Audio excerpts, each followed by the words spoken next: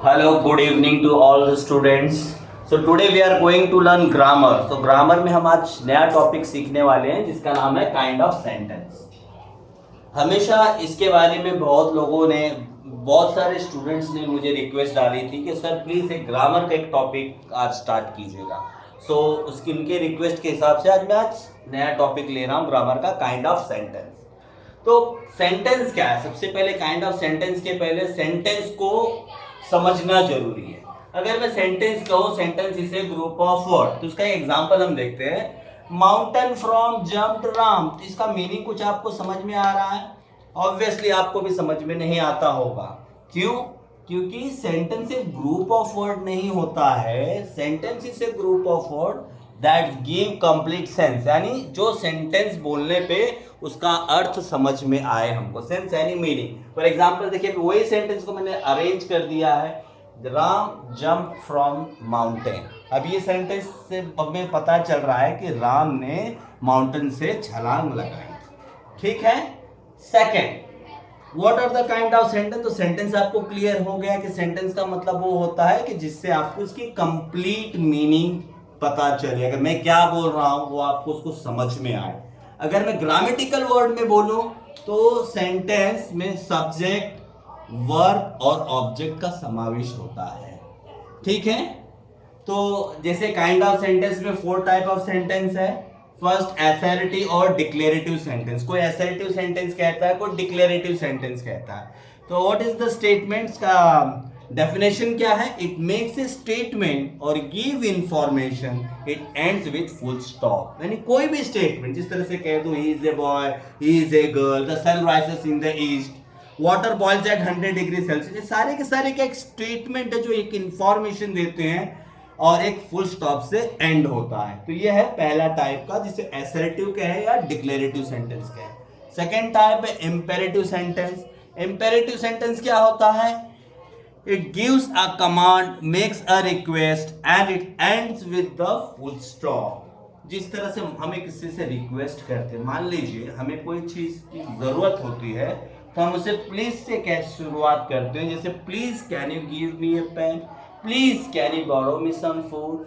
मतलब प्लीज़ से हम संबोधित करके सामने वाले से एक रिक्वेस्ट करते हैं. और दूसरा जो कमांड, मान लीजिए कोई व्यक्ति से आप बहुत ही आहत हुए हैं और वो आपको बहुत ही परेशान कर दे रहा है, तो आप उस वक्त कमांड देते हैं उसको. जैसे कहते हैं जस्ट शट योर माउथ, और सीधा से डोंट आर्ग्यू विथ मी. यानी वो सामने वाला व्यक्ति उनकी बातों से इतनी ज़्यादा इरिटेट हो गया है कि वो उसको अब कमांड दे रहा है. तो this are the sentence. Imperative sentence का मतलब कमांड और रिक्वेस्ट होता है. Third is interrogative sentence. Interrogative sentence ये होता है जो भी सेंटेंस क्वेश्चन मार्क से एंड होता है. कुछ भी सेंटेंस ले लीजिए, जैसे how are you, what are you doing, where are you going, सबके अंत में एक क्वेश्चन मार्क लगी होती है, जिसे हम इंटरोगेटिव सेंटेंस के नाम से जानते हैं. Fourth one is exclamatory sentence. Exclamatory sentence ये होता है, it expresses happiness, Joy, shock, it ends with exclamation mark.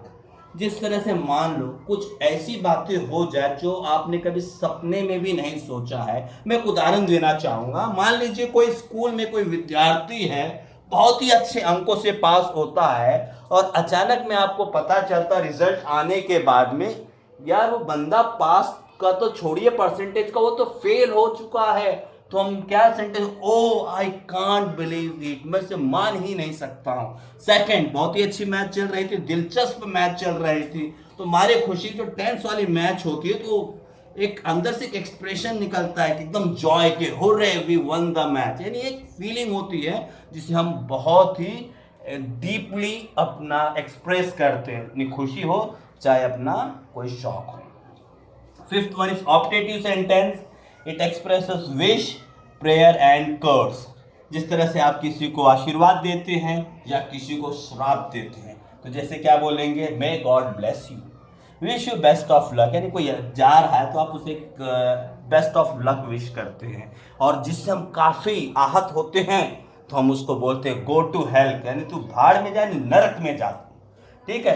तो ये सेंटेंस आप 5 सेंटेंस, आशा करता हूं कि आप 5 सेंटेंस आप इसका अर्थ समझ गए होंगे, लेकिन मैं एक बार आपके सुविधा के लिए मैं आपको पांचों सेंटेंस का मैं सिंपल तरीका बता रहा हूं। मान लीजिए बहुत सारे सेंटेंस आए हैं, आपको कहा गया identify the kinds of sentence.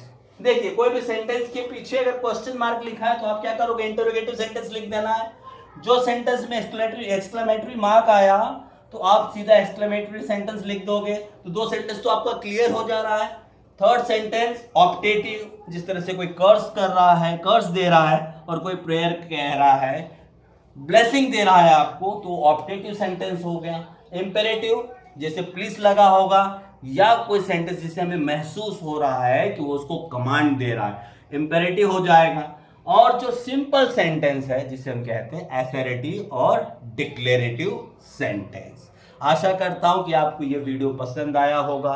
यदि आपको ये वीडियो पसंद आया हो तो ज़रूर अपने दोस्तों के साथ में शेयर कीजिए, सब्सक्राइब कीजिए और लाइक करना ना भूलिए। तो इसी के साथ मैं आज का पहला टॉपिक एंड करता हूँ। Take care and good bye.